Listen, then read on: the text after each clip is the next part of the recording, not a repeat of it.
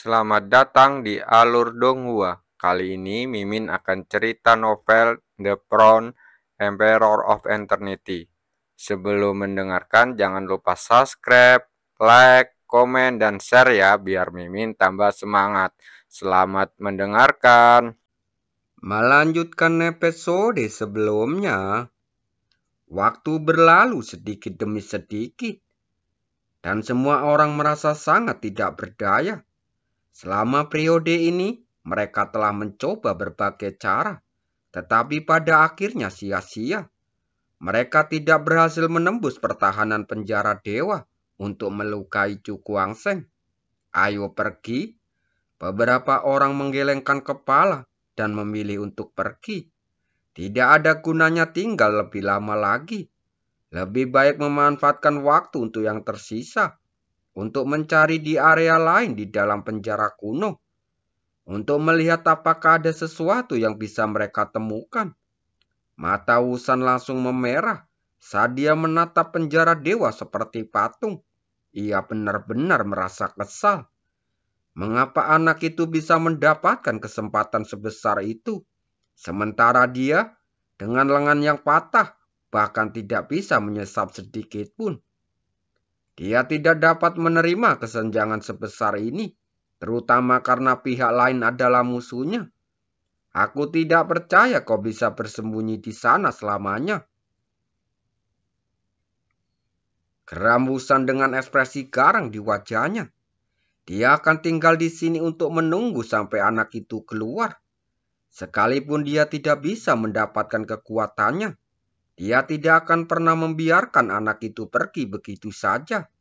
Namun, segala sesuatu seringkali tidak berjalan sesuai rencana. 5 hari kemudian, ruang di depannya tiba-tiba berfluktuasi, dan beberapa sosok berjubah hitam muncul.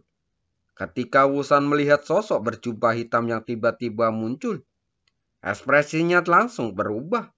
Pupil matanya sedikit menyusut, dan dia berkata, "Orang-orang dari Sekte 100 Hantu." Suaranya dipenuhi dengan keterkejutan. Bagaimana mungkin orang-orang ini muncul di sini? Sebelumnya, dia belum pernah melihat jejak Sekte 100 Hantu.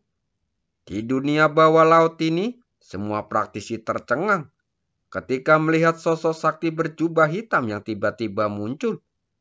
Setelah mendengar seruan Wusan, ekspresi mereka langsung berubah. Orang-orang ini sebenarnya adalah para praktisi kuat dari Sekte 100 Hantu yang muncul dan menghilang secara misterius. Mereka semua menyadari betul kekuatan semacam itu dan sangat menghormatinya. Kuisi, Wusan menatap sosok berjubah hitam di depannya. Meskipun sosok itu diselimuti jubah hitam, wujud aslinya tidak terungkap. Tetapi ia bisa merasakan identitas orang itu dari auranya.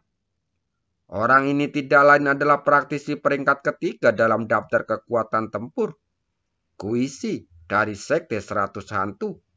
Lama tak berjumpa, Tuan Wusan. Suara menyeramkan tiba-tiba terdengar dari balik jubah hitam, membuat semua orang bergidik. Ekspresi Wusan langsung berubah dan tanpa sadar menjadi lebih waspada. Meskipun Gunung Tianwu mereka juga dikenal karena reputasinya yang buruk di mata orang lain. Di depan gerbang 100 hantu, semuanya tidak ada apa-apanya. Karena dia sendiri sudah mengalami sendiri kengerian saat berhadapan dengan Kuisi itu. Kau boleh pergi sekarang. Suara menyeramkan itu kembali terdengar dari balik jubah hitam itu. Setelah mendengar kata-kata ini, raut wajah Wusan berubah untuk waktu yang lama. Keengganan di hatinya membuatnya enggan untuk memutuskan pergi. Tuan Gui, apakah benar-benar tidak ada ruang untuk negosiasi? Tanyanya sambil membungkuk. Tidak. Suara Guisi terdengar menakutkan. Mendengar ini, tubuh Wusan tiba-tiba bergetar. Dia menggertakkan giginya, tak berani berkata apa-apa lagi, lalu berbalik untuk pergi. Dia tahu betul kepribadian Kuisi. Jika dia berani tinggal, dia akan mati tanpa tahu bagaimana caranya.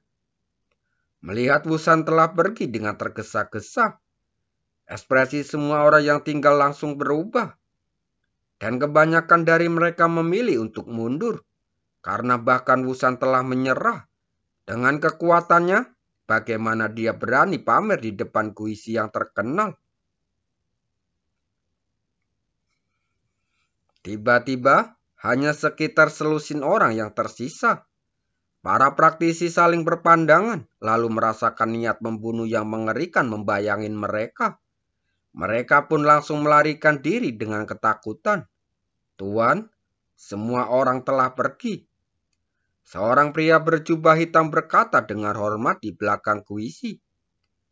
Guisi mengangguk dan jubah hitam di kepalanya terangkat sedikit, memperlihatkan sepasang mata yang sangat menakutkan. Mata itu sepenuhnya berwarna hitam, dengan cahaya redup berkelip-kelip di dalamnya, seperti mata hantu. Kalau bukan karena penjara dewa ini, kita tidak akan tertunda sampai selama ini. Ia menatap penjara dewa itu, suaranya terdengar pelan. Tuan, jangan khawatir. Semuanya sudah siap. Penjara dewa tidak akan bisa menghalangi kita lagi. Saat dia berbicara, cahaya hitam muncul dari telapak tangannya, lalu berubah menjadi lapisan cahaya hitam tipis menyelimuti beberapa orang.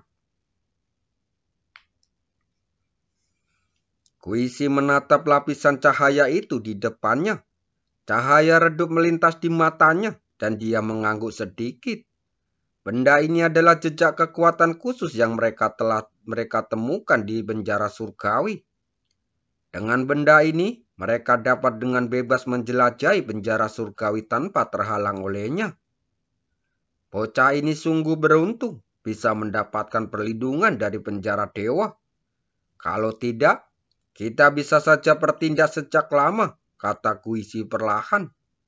Mereka telah mengamati dari balik bayang-bayang sejak monster emas itu ditekan dan dimurnikan.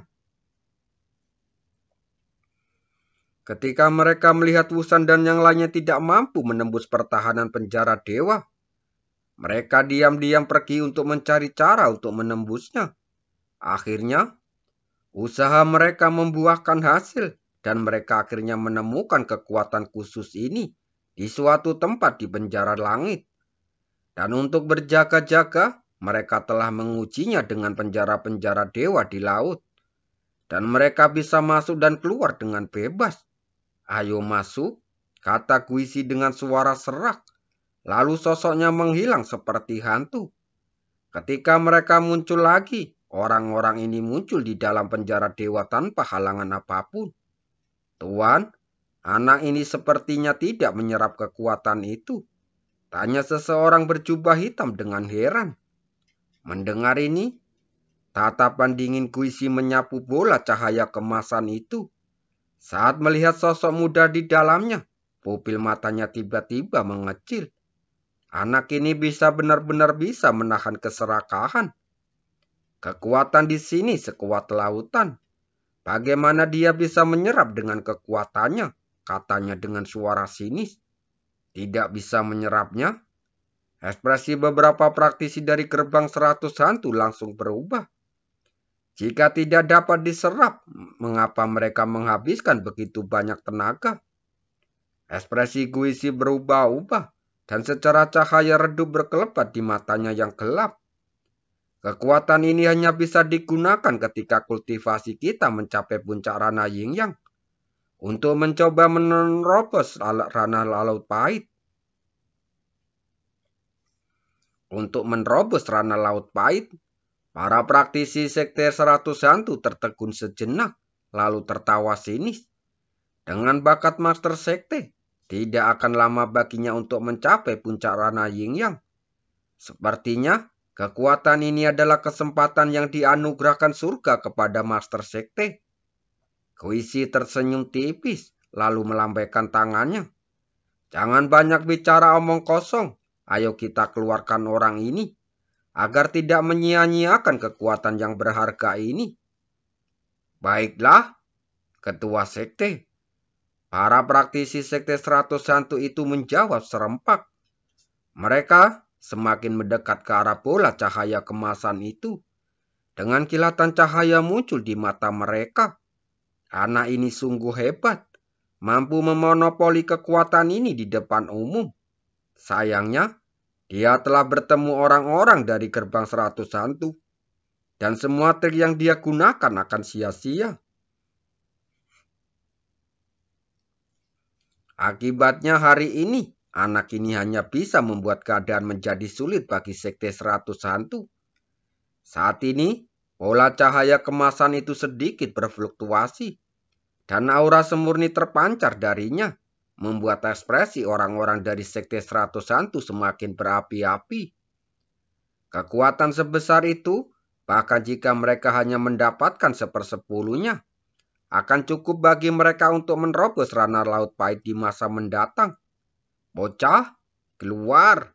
Seorang praktisi Sekte 100 hantu tertawa terbahak-bahak, lalu mengulurkan tangannya dan langsung menerobos bola cahaya kemasan dan jatuh di bahu Cu Kuangseng. Pada saat ini, mata Cu Kuangseng yang tertutup rapat tiba-tiba terbuka, dan cahaya kemasan berkelap-kelip di pupil matanya yang gelap. Seolah-olah cairan kemasan mengalir dan rasa penindasan yang tak dapat dijelaskan menyebar. Orang-orang dari Sekte 100 hantu. Dia menatap pria berjubah hitam yang hendak menangkapnya, lalu berkata sambil tersenyum tipis, "Penglihatanmu bagus, kau bisa keluar sekarang." Para praktisi dari Sekte 100 hantu itu mencibir dan gerakannya menjadi semakin ganas. Menanggapi hal ini, Cu Kuangseng masih duduk dengan ekspresi tenang, seolah-olah dia tidak melihat semuanya ini. Bocah yang bijaksana. Dia tahu perlawanan itu akan sia-sia. Praktisi dari Sekte 100 hantu itu mencibir, dan cahaya hitam berkelebat di telapak tangannya. Lalu mencekram bahu Cu Kuangseng seperti cakar hantu. Namun, saat telapak tangannya hendak mendarat di bahu Cu Kuangseng, cahaya kemasan tiba-tiba menyebar di depan matanya. Tiba-tiba dia merasakan rasa nyeri tajam di dadanya. Tubuhnya terlempar mundur dan menghantam penjara dewa dengan keras. Terdengar suara yang memekakan telinga, dan praktisi dari gerbang 100 hantu itu membuka mulutnya, lalu menyemburkan seteguk darah. Wajahnya menjadi sangat pucat. Apa itu? Dia menatap dadanya yang berlumuran darah, dan dengan tulang-tulang terlihat jelas, dan darah mengucur deras seperti air. Melihat ini, Kuisi langsung terkejut. Kejadian barusan begitu tiba-tiba, sehingga ia bahkan tidak bisa melihat dengan jelas. Tetapi salah satu anak buahnya sudah terluka parah. Cahaya kemasan itu, dia menatap Cu Kuangseng, mencoba menemukan sesuatu darinya, tetapi hasilnya membuatnya merasa kecewa. Kekuatan Sekte 101 sungguh hebat. Bahkan penjara dewa pun tidak mampu menghentikanmu. Cu Kuangseng mengangkat kepalanya saat melirik Kuisi dengan sedikit rasa dingin di matanya. Mendengar ini, Kuisi diliputi energi iblis, dan terdengar suara seperti lolongan hantu. Kekuatan ini begitu dahsyat, dan kau ingin menguasainya sendirian. Bukankah nafsu makanmu terlalu besar? Cu Kuangseng hanya tersenyum tipis. Tuan Gui, apakah kau tidak mau? Pupil mata Guisi sedikit mengecil, dan lengkungan tak sedap dipandang muncul di wajahnya. Tentu saja aku mau, tetapi pemimpin sekte ini yakin dia punya kualifikasi. Tapi kamu bilang tidak. Bibir Cu Kuangseng sedikit melengkung. Dia telah belajar dari senior naga darah, bahwa semakin banyak energi yang dikeluarkan seseorang untuk menembus ranah laut pahit, semakin besar pula manfaat yang akan diperolehnya setelah berhasil. Jadi baginya, semakin besar kekuatan tentu semakin baik.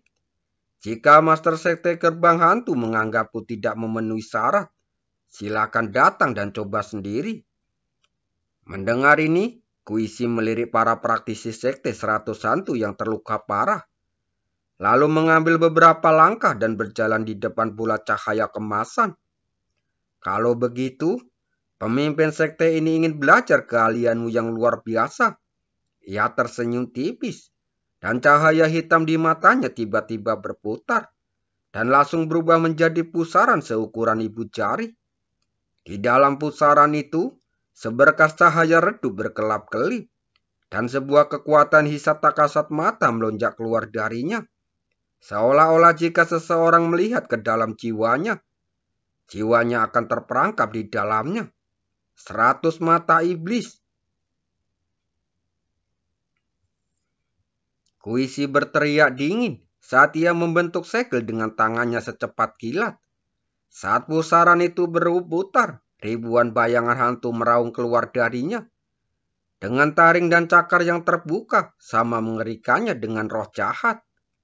Melihat hantu-hantu itu berlari ke arahnya, raut wajah Cukwangseng tidak berubah, dan kilatan cemerlang terpancar dari matanya.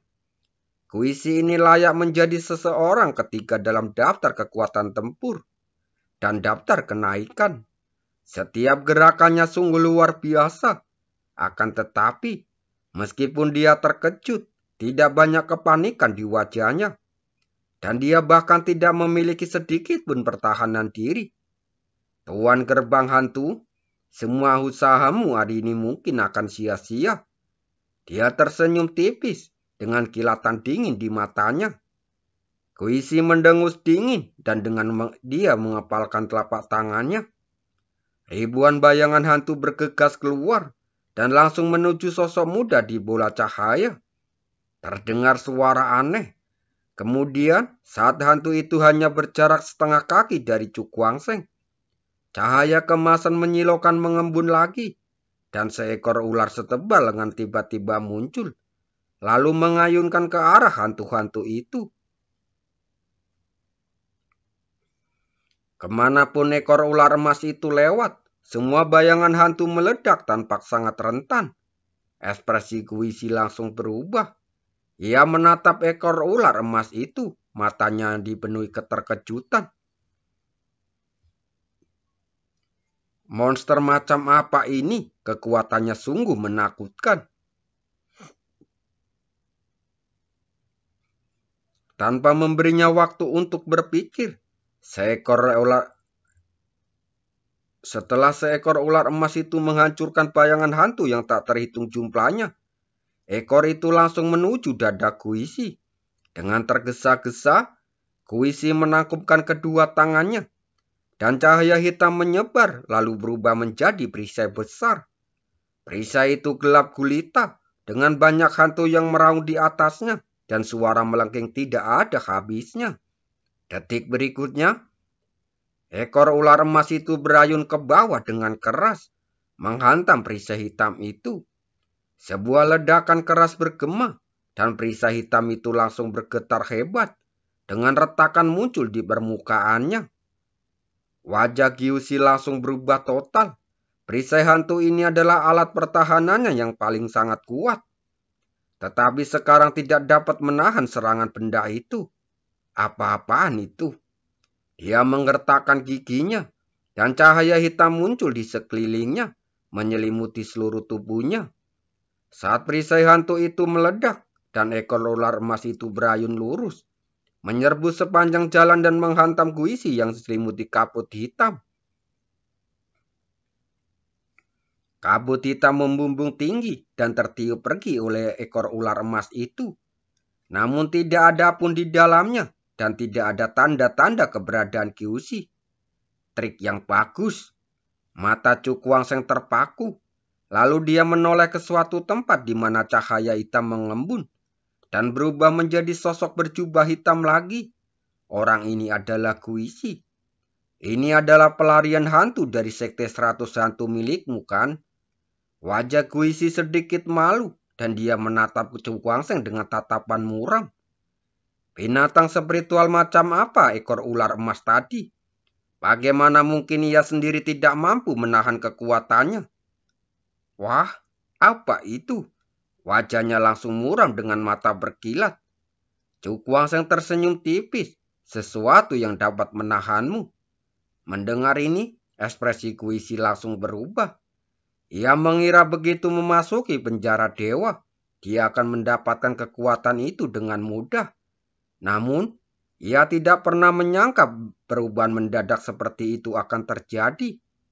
Untuk sesaat, bahkan dia pun sedikit ragu. Terima kasih.